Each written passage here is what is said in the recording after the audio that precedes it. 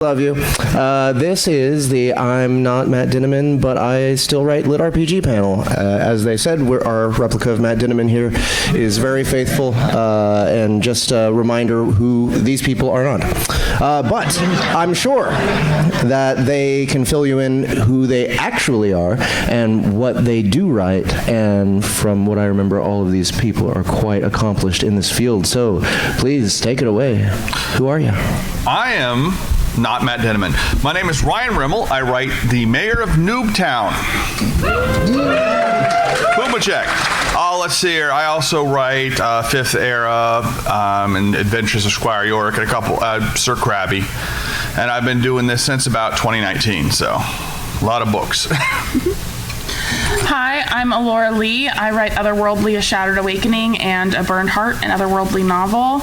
And I have a few other just generic high fantasy novels. Oh, no, they're not generic, but, you know, they're not LitRPG. Hi guys, I'm Jeffrey Falcon Logue. I write Slime Dungeon, Bio Dungeon, Hungry Dungeon, and Station Company Core.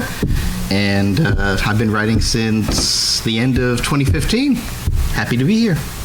That sounds like a theme for your writing, sir. My name is Daniel Schinhofen. I am a dirty, filthy harem writer, mostly LitRPG, Game Lit, and Associated. I am well known for Aether's Blessing, Heavenly Chaos, and a few others. How's our mic? There we go. Hey, I'm Nort Flood. I'm the writer of The Legend of Rendidly Ghost Town, and I've been not Matt Dinniman for years, and I'm so proud of myself. I'm Nikolai Ganella. I write the Unbound series. And yeah, I've also been writing since 2020, I think. Yeah. Excellent. So, but who are you? I am barely qualified to be the moderator, but that's why I'm here. My name is Jeff Hayes. I narrate the Dungeon Crawler Carl series and have narrated many LitRPG audiobooks, including Everybody Loves Large Chests, Chrysalis, The Feedback Loop, lots of Harmon Cooper stuff. But when I first came into this genre was May of 2016. The first LitRPG audiobook I published was William D. Aaron's Other Life Dreams, and I've been addicted to this genre ever since. It was such a thrill to mix fantasy with the meta nature of looking at the world through the lens of a video game, and also having a compelling messed up sci-fi reason that a person is stuck in it. Also, it had a harem element to it as well. I don't know that it's as strong as Schinhofen's harem stuff, but you know, Randy Darren started doing quite a bit of real raunchy harem stuff, and you know, harem's just a part of our community, you know. So, you know, one thing I want to ask you guys. There's just a couple of you that are kind of, you know, OG like me. How much has LitRPG changed since then? Like, what has it been like to watch it grow? Well, when I started writing Mayor of Noobtown, it was a lot crunchier than it is now. I remember I have very epic discussions about how I should take, or how Jim should take his various powers and how he should upgrade them, and long, complicated rationales for which power to take as opposed to that one, and a big stat sheet followed by a chapter discussing the stat sheet. And by like book 5, I think I have like a line that says the stat and Shart saying, "Please do not discuss stats anymore." So the amount of stats is dropped off ridiculously because no one likes to narrate that.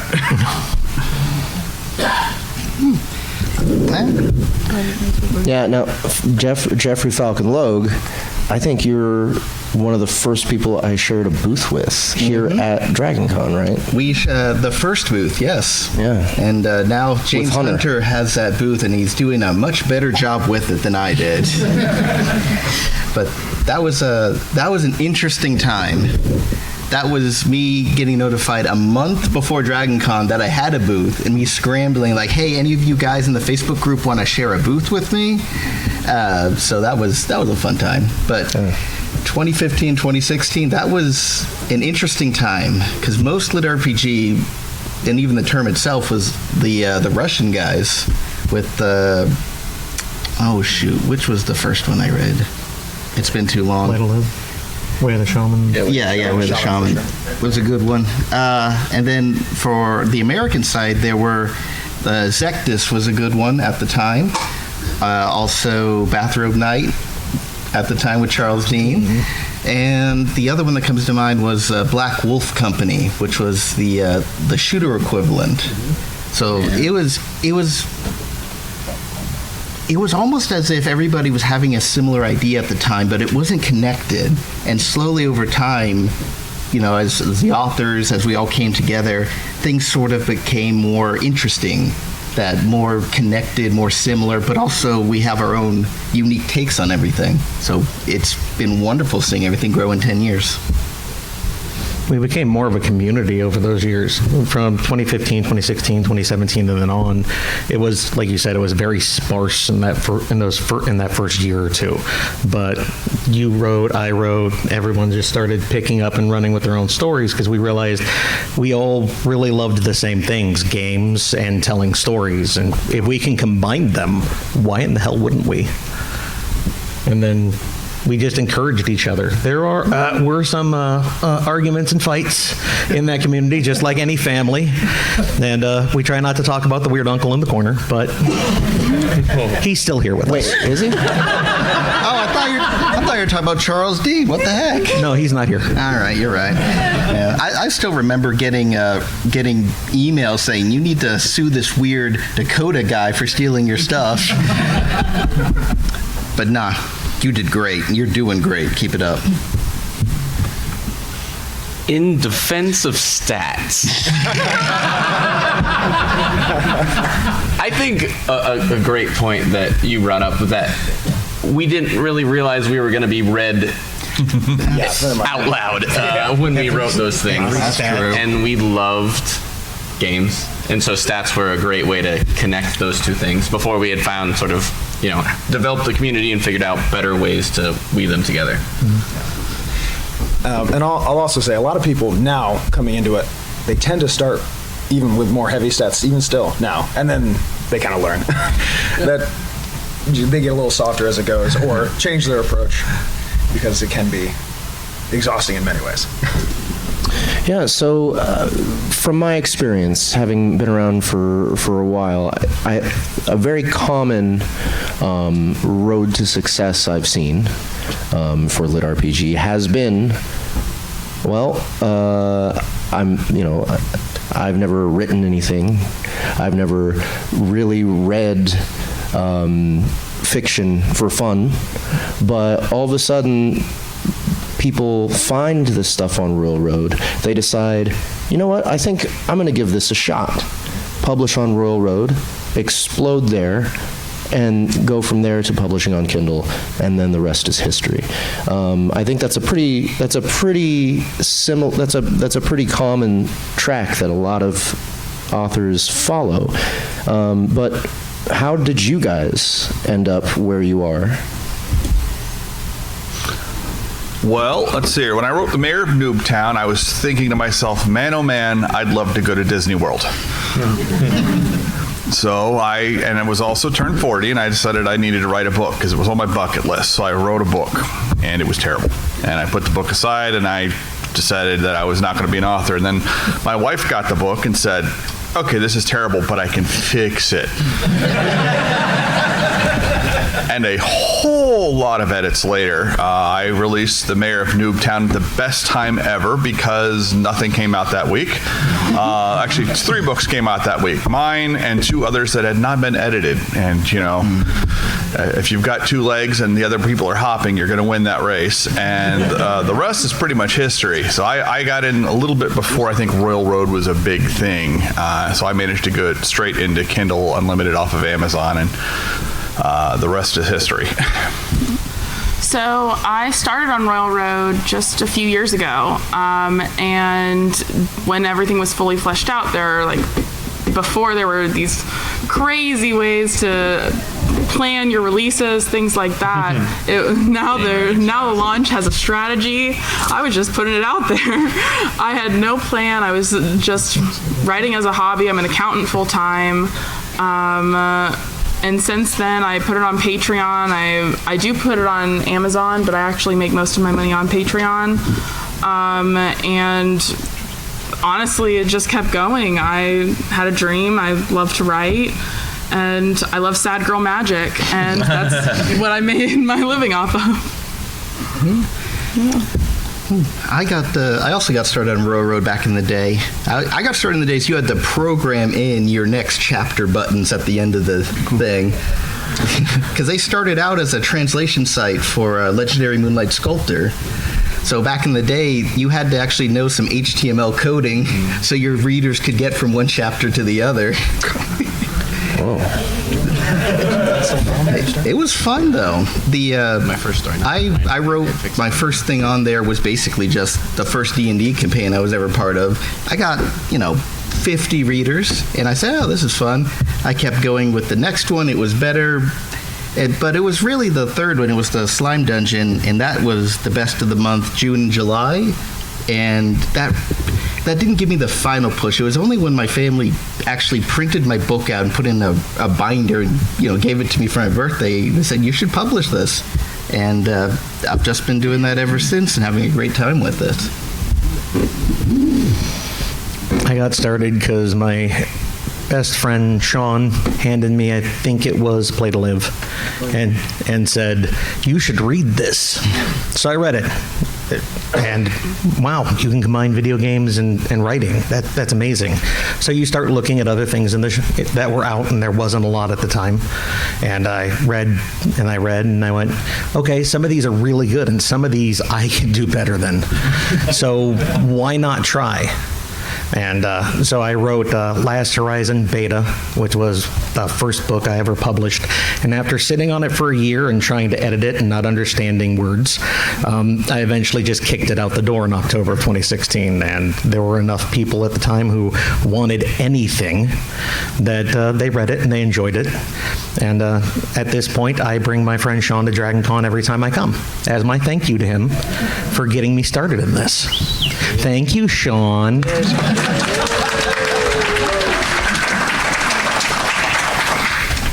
I think it's a little hard to explain to people reading today what an advantage it was feeling like the barrier to entry was so low back in 2016.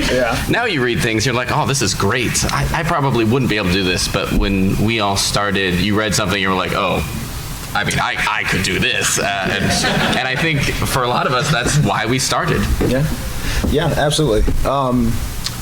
There was a lot of I could do this, or this isn't doing what I want to do.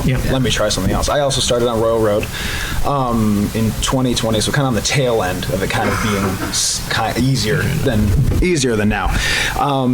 And it got attention real fast, and then just kind of skyrocketed from there, which was fantastic. I never really considered even publishing at all. I was just like, Patreon is how a lot of people were working. I saw your Patreon, and I was like, I could probably maybe do that. Wait a second. There's a goal. It's a low bar. No. Nora was great. It was an inspiration. And then it kind of went from there. It helps when you write a good story, sir. It does help. Thank you so much. Yeah, so do any of you guys have any experience writing in other genres? Nope. No. Yes, I do. I write contemporary romance too. And I write traditional high fantasy as well, more the adventure fantasy. And it's a whole different ball game kind of when it comes to integrating power sets. It's a lot of fun. What a good idea. Everything is adjacent, but I have covered from sci-fi to Western to Celtic myth to being stuck in a video game along that. I do, however, have a project that I've been working on with a couple of others that is just straight urban fantasy that will come out eventually. Sorry, and Shinhoven, is that like stuff that you started writing after you started LitRPG or before? After. Okay. I wrote it in like 4 months ago. Last few years, I've branched out a little bit into science fiction with Station Company Corps, and that had some lit RPG elements, but not as much. And then I just signed my first publishing contract for a more sci-fi with post-apocalyptic and giant robots for a trilogy. And I also have a dark urban fantasy that I'm super excited about. No, I was excited about. I'm no longer excited. That does that to a person. Nah. Well, what about reading? Have you got, were you guys readers of other fiction before you encountered LitRPG? Absolutely. Epic fantasy above everything else, really, but urban fantasy as well. Honestly, anything that kind of had a fantasy tag to it, I kind of tried it, if nothing else. But I was, absolutely voracious until I found kind of progression in LitRPG, which then took over my life a little bit. So you read everything till this, and then this is. And then never again. Nothing else. Yeah. Once Nikolai started writing his own book, he's like, I don't need anything else with it. I got it. I was also a voracious reader, pretty more genre non-dependent. I read mostly everything. And to add a little extra thing to the last question, if you look through some regional poetry anthologies from 2011, then you'll see my previously published work. Not nearly as commercially successful. But did you love it? Never mind, that's enough. I like these two. I read everything from Asimov to Heinlein to Pratchett to Tolkien, and then just if it was decent enough through the first book to catch my attention, I normally kept reading it. So if there was a genre, I read it outside of horror, because horror's never done anything for me except make me go, why don't you just leave? I was the kid, my parents just left at the Books A Million for, the whole afternoon and picked me up when it was snowing and they remembered they had a child. That was actually my favorite day of all time because there was nobody else in that Books A Million for some reason. But I devoured books. I have my own little library, but thankfully Kindle Unlimited saved me from a crippling book addiction. And then, of course, having a phone doomed me because now I have the internet in Royal Road. But I only buy books from my author buddies now. If it doesn't have a signature now, I'll just enjoy it in my private time. That's why you don't own any of my books. You literally give yours away. I have 3 of them. Nobody's enjoying it in private time. That makes sense. One-handed reading. I spent every hour I could at my library growing up. I would read anything psychological. If my parents let me get away with it, I would read it. Psychological thriller, romance, fantasy, anything. Anything under the sun. If it was in a book, it was in my library, and I was allowed to do it, I was. And those were the best times of my life. I mean, I love escaping to other worlds, whether it's our world with a little bit of magic or a whole new one. It's amazing. And it's my passion, so. Oh, yeah, I've read a lot of different books. I like big, long, epic series. I've read Wheel of Time twice. That's pain. And Like the whole thing? Yeah. That's dedication. Hold Patty's back. He needs it. And there's we all know there's 3 or 4 of those books that are kind of just there. At any rate. But I also like military science fiction, classic. I've read the Foundation series, Dune, all the big names. I've read all of them, and a lot of little ones beyond. So yeah, we all like reading. Yeah. Is there anything from those other genres that you feel is missing from LitRPG? Is there something that you miss about those books that you used to read, or that LitRPG doesn't quite do for you? with as granular as LitRPG is becoming, I think we're getting to the point now where you can find something that fits most any itch, but it is, there's not like the depth of classics. Like, Mayor of Noobtown is a good book. It is not a classic of literature. There's way too many dick and fart jokes in there. But yeah, we're definitely evolving as a medium, and there's definitely going to be some all-time classics, possibly Dungeon Crawler Carl, but it's only been out for a few years now, so you can't really tell if it's going to stand the test of time, though I think it will. But yeah, that's we're getting there as a genre. I would agree with that. I mean, if you had asked this question 5-6 years ago, I would say sometimes it lacks the emotional depth of like classics or, high fantasy that's extremely introspective, because it is that power fantasy. But now with all the different niches and everything, it's really growing. And so I can find exactly what I want whenever I am looking. And, there's all these from anything. So I said sad girl magic earlier. I love a bit of trauma, and I love dissecting that trauma. Yeah. So originally, when I was looking 5-6 years ago, there was a lot of glossing over the trauma of leaving everything you love behind. And now I see that everywhere, and I love it. I love the sad boys. They're amazing. I would definitely say the emotion, sort of the human idea connection. I have other things. I'm not saying them because I'm going to write them, but so two of my favorite book series that are not LitRPG. One is One Piece. The other one is a sci-fi called Poor Man's Fight. One Piece has that Odyssey feel to it, and we have like Mimic and Me, and we have a couple of others with transportation as a big part of the story, but we don't really have like an Odyssey yet. I imagine somebody is already thinking of writing it right now. And then the other one, for Poor Man's Fight, that one is sort of it's the adventure story, but then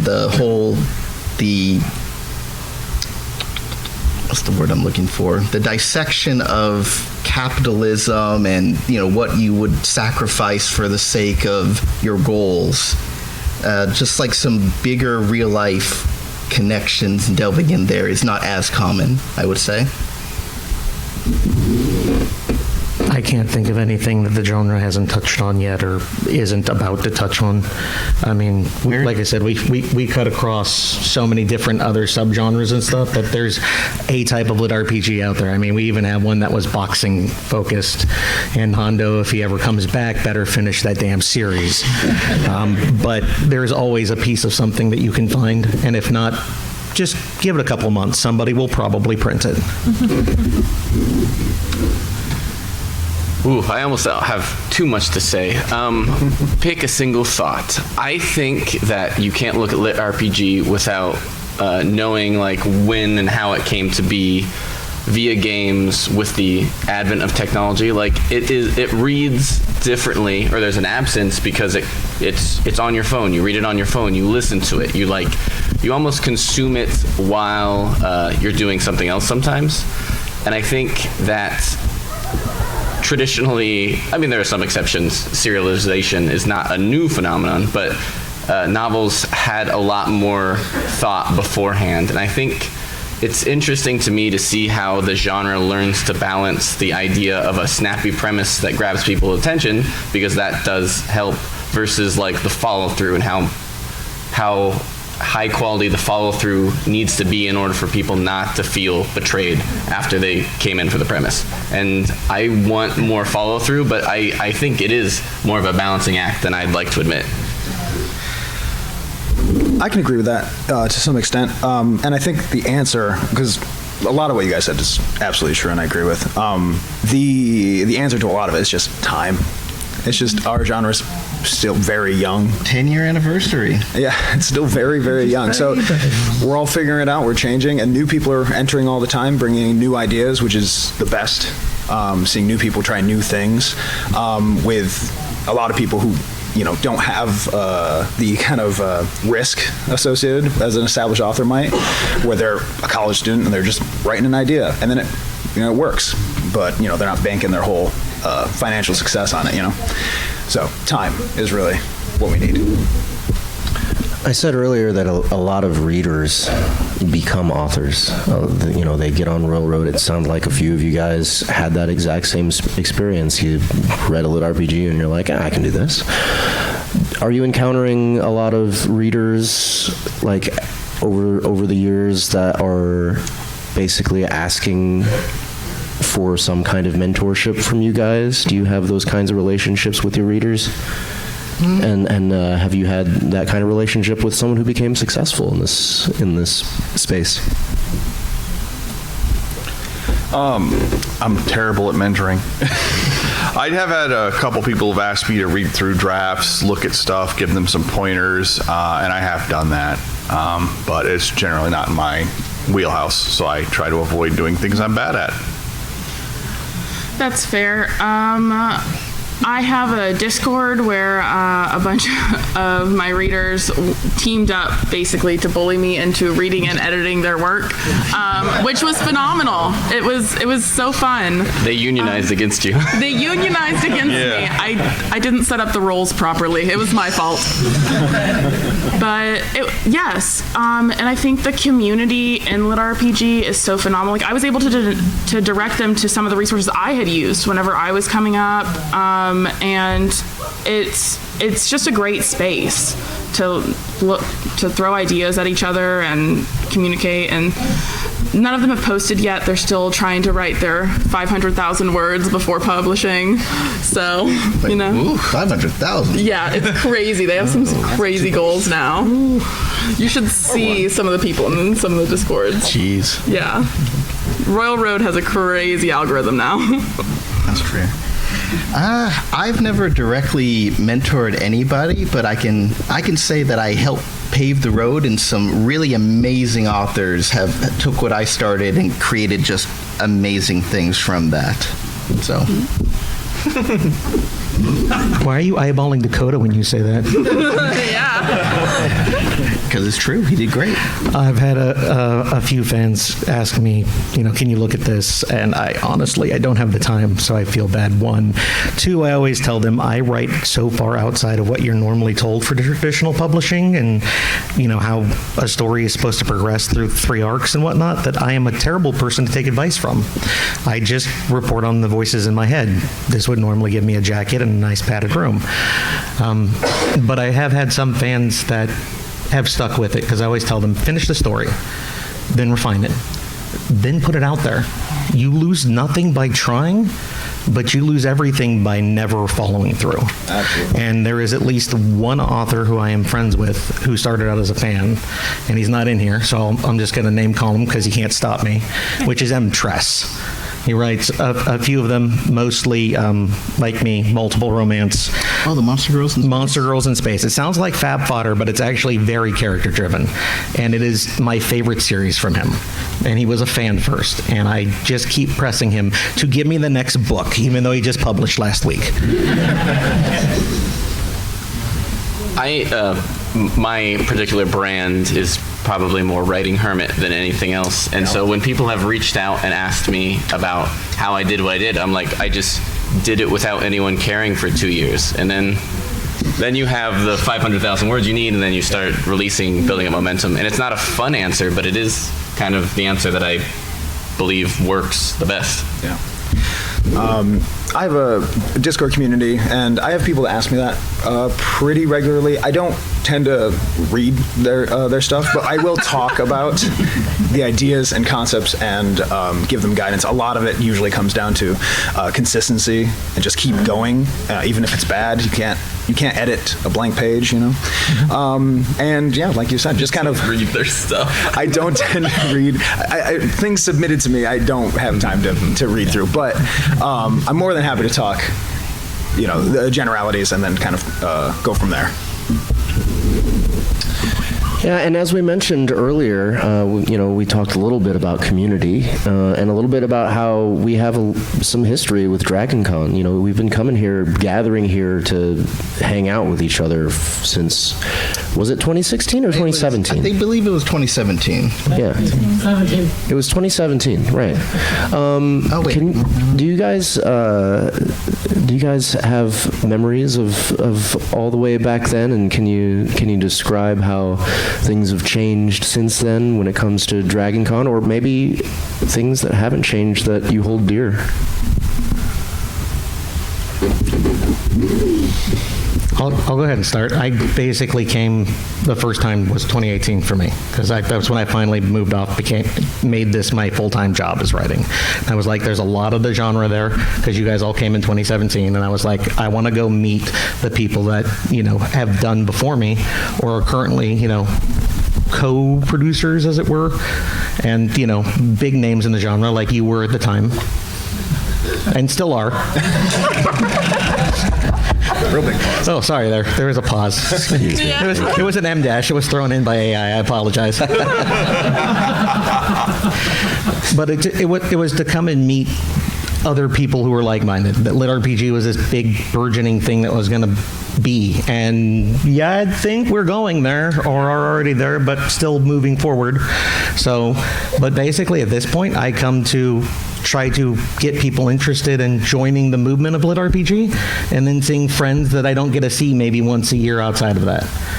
Namely them, but also people like you, sir. Thank you. I'm always glad to see you. Unless you move another con to Kansas City, then I'm never seeing you again.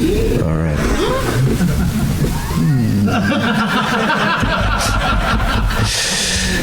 Anybody else? I have an OG picture from that Oh, year. wow.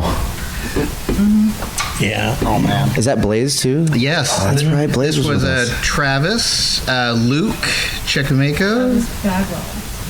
Oh, thank you, Travis. I meant that. Yeah, exactly. Blaze, Michael Chatfield, Dakota with his Divine Dungeon shirt, Ramon, and me. And this is the fattest I've ever looked in a picture, so I don't really like it. Like, what the hell was they doing? Sir, with you this? look great now. I lost weight. But yeah, this was That's beautiful. We had a single booth, and everybody just had all of their swag. Oh wait, James Hunter also had his first Viridian Gate there too. Ramon was also there, too. No, yeah, Ramon right here. He had his whole camera get up. He did have his whole camera get up. Right. With the LitRPG reviews. That was, I didn't know Sisk, I didn't know anybody. I didn't even approach the panelists until the next year, and I went up to Siska and I said, hey, I heard that if you ask, you can be put on a panel, and she was like, oh, you poor sweet summer child. I heard a laugh in the distance. But yeah, she stuck me on military food. Oh no, food in fiction, and somehow we started talking about MREs, and I was like, what's that? And I got educated.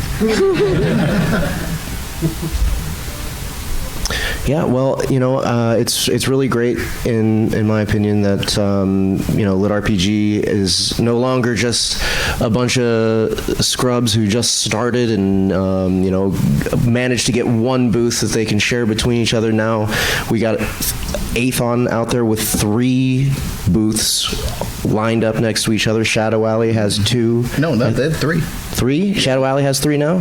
So we're an integral part of this con at this point, and now we're doing panels about LitRPG. I mean, this has only been happening for the past 2 or 3 years. Full panels. So it's just a testament to how much everything's grown, and I'm really proud of where we are now. I'd like to hear a little bit from the audience. Do you guys have questions for the authors about LitRPG, about what life's been like for us, and Dragon Con in general, stuff like that, what it's like to be an author? This guy right here with funny... what? This guy first. Oh, sorry. That's all right. Thank you for your writing. Just curious, you've conquered the genre of writing. No. You have an offer. You can have a video game, a TV show, or a movie. Each one will make you extremely wealthy. Which would you choose? I'm making a video game.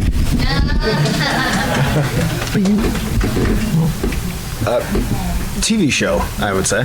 Yeah, more longer format, something that could, tell a story and do it justice.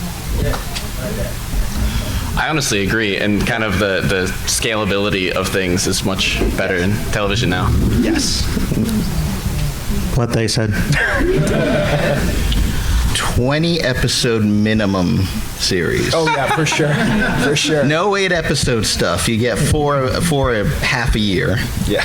Canceled after 5. How'd you know they were going to read my book? I think I would honestly prefer the video game. It'd be fun to be able to have people explore the world I created, right? And if it makes me incredibly wealthy while they do it, I'm going TV show. Animated, the only way to do it. I can put a whole bunch of new jokes in with visual jokes rather than just written ones. So it'll be extra fun and something to work on.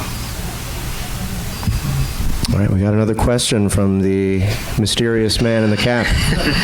Hey guys, so you've been talking a lot about how where we've come from, right? So on that note, we've seen a lot of tropes come and go in the genre. So like VR was a big thing for a very short amount of time. We saw a lot of stuff with like card-based skill systems and things of that nature that have only been done well a couple of times. So what are some tropes that you think have stuck in the genre and are going to stand the test of time, and what do you see coming as something new that we should be on the lookout for? I think, as far as tropes that stand the test of time, and I think will, is OPMC as a overarching trope. Mostly because people find a lot of comfort when there's a guy who just can do it. It's less stress, and that's appealing. Just to clarify, can you define OPMC? Oh yeah, sure. Overpowered main character, OPMC. So anyone who's overpowered compared to the rest of the story. And then the thing is that I think will become stronger, or I kind of want to see more, is more kind of, and stronger, romantic B-plots between characters. Because I think that's something that we don't do very often. I mean, Harem does. But having a strong kind of romantic B-plot that isn't kind of subsumed by the progression entirely. I don't know. It's a hard question. Well, sir, for tropes and stuff, for most of us, it's probably not going to be spreadsheets such as yourself. So, Nikolai's right. I think overpowered main characters, whether they start completely overpowered to start with, I think we won't see as much of that in the future, but the slow, gradual rise, because we all want to see that growth, and we want to see the payoff at the very end. So overpowered main character is going to be a trope that survives regardless. We started off with pretty much any kind of game you can imagine having some book form, like RTS, base building. I missed the dragons guy. Dungeons. Yep, dungeons. And at this point, just by natural selection, we've kind of have some pretty solid categories. So I think that for things to change is that these categories will get more complex, kind of like we were saying earlier with emotional complexity, societal reflections and whatnot. And as for tropes that are going to stick around, I'm pretty sure feet will stick around for some reason. Well, got him. Did you say feet? Oh, yeah. The feet or feets? Is Richie here? Is Richie here? Can you spell that, please? So I think you're 100% spot on with the emotional depth and the societal commentary. I think that is 100% going to be something that we see more of going forward. But I also think something that's going to stick around is that I've seen a lot of like ascension to kind of godhood. I think that is something, because that's the only way to escalate a power set, right? At a certain point. And so I think that's for long form series. I think that's something that's going to stick around. I'm going to go with the classic trope of animal companions. I mean, we've got Donut, I've got Badgelor and Shard. I was over at the Aethon booth, and there was a varietal of dog familiars, from a Shelby to Poodle and some other ones. But so I think we're going to keep seeing animal companions. They're cute, and you can sell plushies of them. Be on the lookout for Noobtown plushies. I should have them out in a few months here. Yeah. All right. Selfishly, I want to answer this question. I love the monster MCs, man. Yes. That's one of my specialties, and I need more of those. So come on, authors, bring out more. All right. All right. Who's next? Who else has a question? I have a comment and a question. All of you are accomplished, and so I want to suggest that you proudly say what your books are and what you do, because when some of you introduced yourselves, it went so fast and mumbled. I'm here to learn about books. So can you guys tell me what your books are again, so I can take notes? All right, my most popular series is Mayor of Noobtown. If you see Puma Check on any of the forums, that's from Mayor of Noobtown. I also write Fifth Era, which is a Dungeons and Dragons themed one. Another one I write is The Adventures of Squire Yorick. Book 2 of that just came out the 27th. And I also write Sir Krabby, which has a monster MC who is a crab. I know it's hard to tell from the title. And I write Otherworldly: A Shattered Awakening, and that's on book 3, A Shade of Dawn. It comes out September 12th. As well as A Burned Heart, an otherworldly novel, which is same world, same time, different MC. And that book 2, A Fiery Descent, comes out in January. I have a contemporary romance called For the Love of Sappho, and I have a high fantasy Penny Dreadful style serial anthology called The Penny and Plot Collective, wherein I write Witcher, Warrior, Scholar, Spy. Witcher, Warrior, Scholar, Spy. Okay. Hi. I write the Slime Dungeon series, which is a 6-book series where the dungeon is the main character. I write Bio Dungeon, which is that concept plus epic fantasy from the human's perspective and from inside the human body perspective. Hungry Dungeon is my relaxed, more to sit around and enjoy a meal with recipes in the back. I expect a second one coming out later this year called Pies, Crisps, and Crumbles. And the soon-to-be finished one, which will be called Mecha Dungeon Apocalypse, which is AI as the main character. I don't think I should list all 9 series I have, so let's cut this down. Aether's Revival is my Eastern Cultivation series. Aether's Revival. I will give you a business card as soon as this is over, so you can find them all very easily. My other series at the moment is called Heavenly Chaos, which is more of a Western cultivation, deals a lot with mental health and overcoming trauma. And my third series that I'm currently working on is Antecedents Legacy, which is sci-fi fantasy mashup with mecha fighting space bugs. My series is The Legend of Randedly Ghost Town. I think... No. I think book 12 is about to come out in like 2 weeks. Such a good nails. Yes. You're pretty sure. I write Unbound series, just the one. Just that one series. I know. I have 11 books in that one. 12 coming out next year. All right. Next question. Who we got? So I think that we're here because of a person who shall not be named, and I think that that's what drives us here. Is we're looking for new books, and I mean, I have children in front of me, so I'm not going to use the W word, but I'm an absolute W word for Matt Dinniman. And I need to vary a little bit. The thing that I keep hearing is the titles of your books. But what I would like to do is hopefully hear maybe just a short blurb of your best-selling book. Because, I mean, tell me what it's about. Like, do your elevator pitch to me so that I can become a reader.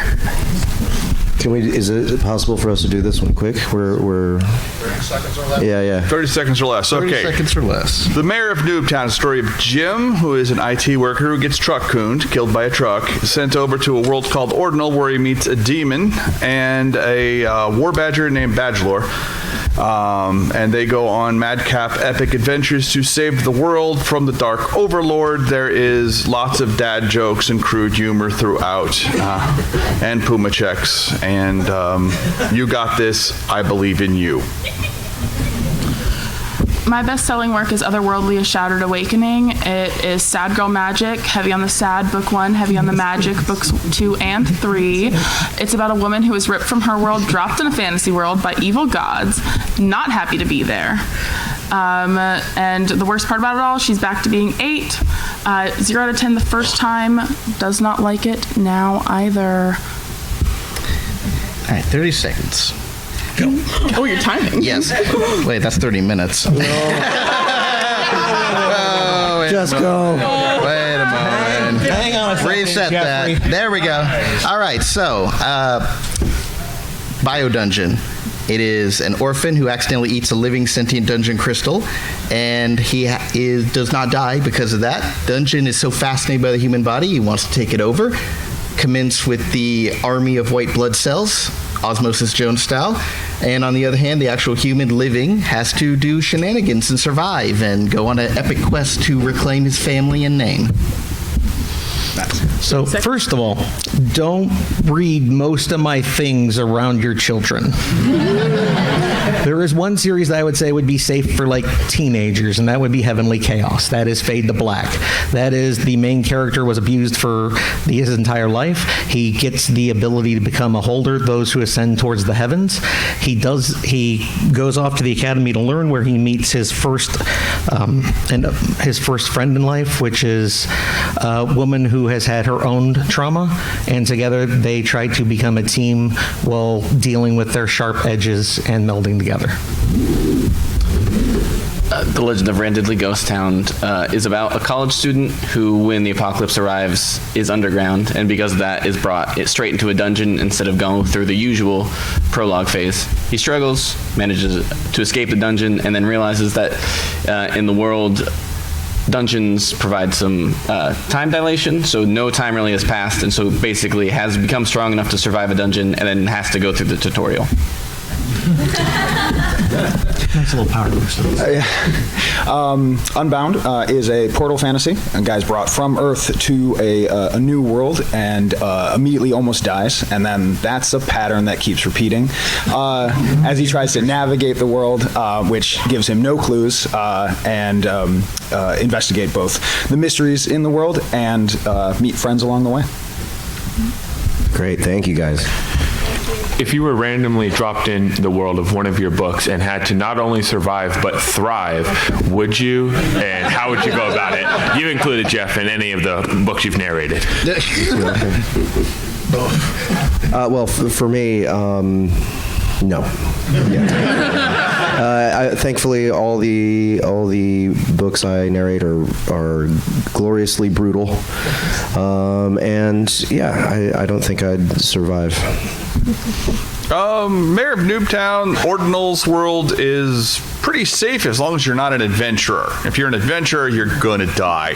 But if you're not an adventurer, you can live to be a ripe old age. 26. It depends on where in the worlds that I write, but if I was born and where a burned heart takes place, probably survive. Thrive is iffy. If I was reborn as a dungeon, yes, I would just, passively grow for thousands of years and be very boring. As a human, depends on the country. Maybe not the empire that keeps conquering people. If I want to be very safe about it, I'm going to Last Horizons, which is basically Earth in about 40 years, and that's just immersive VR gaming world. So yeah, that would be safe. Let's not be safe though. Honestly, I will take Heavenly Chaos. If I am chosen as a holder, I am fine, and if I'm not a holder, I hope I live in the one kingdom where commoners aren't, oppressed. I feel immoral saying this, but I'd probably thrive mostly because I cheat. I know the world. You're not cheating, you're not trying. I know what the system is telling you not to do that ends up usually fine to do. So yeah, I think it would do okay. That is a very good point. Cheating on the table. That's true. I didn't think about that. I do great with cheating, for sure. But yeah, if I knew nothing, like my character does, I would die within 10 seconds. I just want to clarify the 10 minutes thing. We got 10 extra minutes. All right, cool. All right, next question. One of the great things about LitRPG is the progression of the character, how they power up over time. When you go into these books, how much time do you invest in that world building and having a plan that the power level is thought out and doesn't just chaotically spiral? How do you avoid that spiral? I plan a lot. I plan a lot. I plot my power progression along with my character development and arcs. Because I find power progression, especially when you kind of reach those certain milestones, means a lot more when a character development happens at the same time. So tying those two together kind of pushes the story forward. Yeah, I'm also a big proponent of system planning. I usually build a world, make the system, and then sort of make a random character and like push that person out and see how it goes. And so sometimes my books take a little while longer to get to the plot, but because I love the good system so much. I just do what my characters tell me. Honestly, I have never broken a system that I didn't set out to break. The one system that I let break repeatedly was the one I set out to, and that was Apocalypse Gates, because that was a bunch of scientists with no idea how to make a game, making a game, and then being surprised when a gamer broke it again and again and again. Dungeon Core is very annoying to write because that's the biggest problem when you're writing from the perspective of a sentient location that doesn't move. It doesn't follow the stranger coming to town or the hero goes on a journey very well. So I still generally just like started just writing the story out. I'm the kind of person who writes out what I like, and then I go back and I go through each part and I rewrite and I improve it, and I usually do that several times and find the inconsistencies.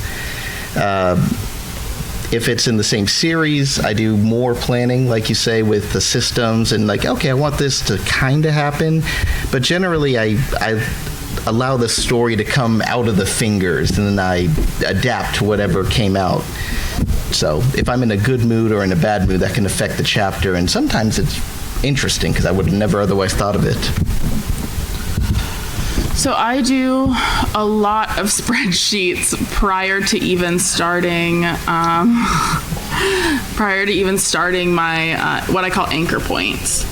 So once I get the baseline of this tier of power, then I align it, much like he said earlier, with the character emotional progression, the character development. I align that so that way it hits harder, but it's still consistent without spiraling out of control. Like, I don't just give them godly powers on chapter 3 because they had a really rough time. That makes sense. I plan out my powers and the whole system from the get-go, but depending on the books, you might have some cheats. Mayor of Noobtown, when I was a younger man, I played something called a MUD, multi-user dungeon, and they have remorting as a concept, which is where you take your high-level powers and you reset back down to level 1, and that makes it real easy if you start writing yourself into a corner. Just be like, okay, and he had to remort. Dang it. And it solves all those problems. You should try Dark Souls. I know Nikolai touched on it a little bit earlier, and there is some spice in LitRPG. Shouldn't have been. But do y'all think there's more room for like the romantasy style and even smut? Oh, harem is a huge part of the genre, so I don't know what you've been reading, but no, there is a lot of smut in certain kinds of RPG. That being said, yeah, there's definitely room for more romance. One of my 5-minute warnings. What? Wait. Oh, we're not supposed to read the cue cards. All right. One of the earlier problems I had with Mayor of Noobtown was I didn't feel like including a romantic element into it, and everyone thought I should. A lot, all the time, constantly. So yes, I think there is more room for that in the genre, and I think we're developing towards that direction now. I will point you in directions of smut if you want, but romance, but normal romance there is always a room for. Yes. Yeah, I mean, when you look at LitRPG, sometimes it feels like the other authors I've talked to and from what I've read, it can be kind of hesitant because you don't want to do it wrong, right? Because a bad subplot romance can bring most of your character interactions downward, and you don't always want to risk it, especially in a genre where it's not super heavy. So, but I think there's a lot of space for it to be done, and I think we're at a place now where it can be done really well. I mean, there's lots of authors that have implemented healthy, stable relationships, even unhealthy relationships, in a great way that still is a compelling romance as well. I don't think when you talk about romantasy, I don't think it'll interact as much for a while with LitRPG in the same way where the romance is the plot, because when you talk about romantasy, fantasy and romance are equivalent in importance. So there are some probably out there. I haven't read any off the top of my head, but yeah, so. A lot of my books have just minor romance things, but I never mention it to potential readers just because it's never been a big selling point for things. And some people have just mentioned it and they're immediately turned off. So it'd be nice if it was more common, because then that could be a selling point that people enjoy.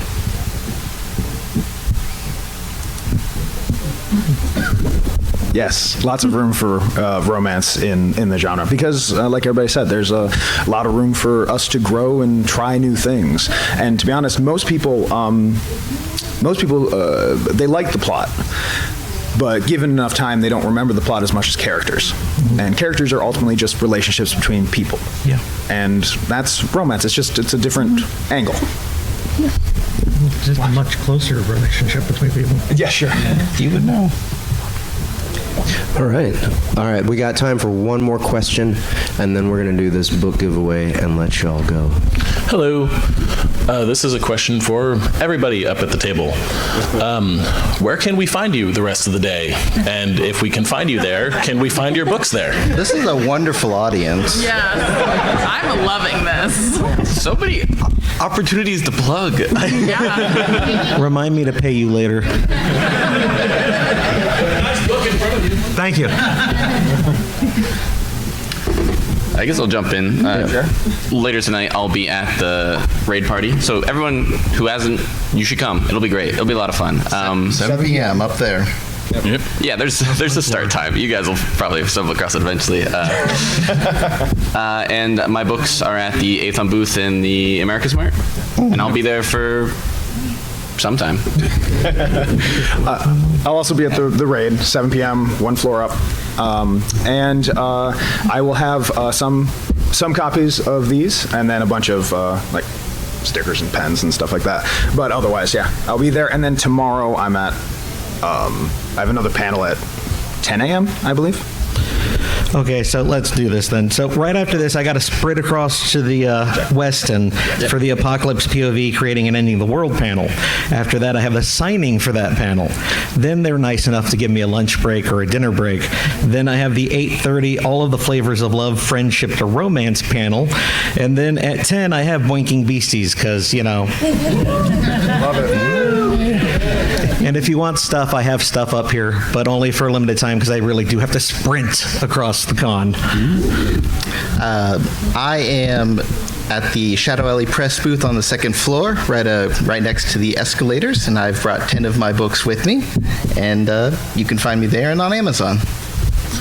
Hi, you can find me at Laura Lee Writes almost anywhere. At this con Laura Lee Writes. I said that kind of fast. Tonight I have 7 p.m. a wizard duel, you say, where I get to help pick the best wizard in history / literature. And then tomorrow all day I will be at booth 1320, Terran's Lair. It's the first floor of America's Mart. Yeah, that's where I'll be. Sorry, my bad. And I have bookmarks and cute stickers with girls stabbing things on them. So come get one. Like most of us, I'm at the LitRPG Raid Extravaganza at 7, and I am on the 10 a.m. panel tomorrow, the juiciest of Crunch. The juiciest. I broke Jeff. Why do you think I said it like that? Let's see here. And then also, you can find my books at the Aethon booth, which is on the 3rd floor, booth number 3500 through 3504 or something like that. Corner booth, you can't miss it. Corner booth, can't miss it. And, And they have the giant banner now. Did you see that? It's like enormous. It's got scaffolding to it. I'm Jeff Hayes. You can find me also at the LitRPG Raid Extravaganza here at 7 p.m. at the International Ballroom.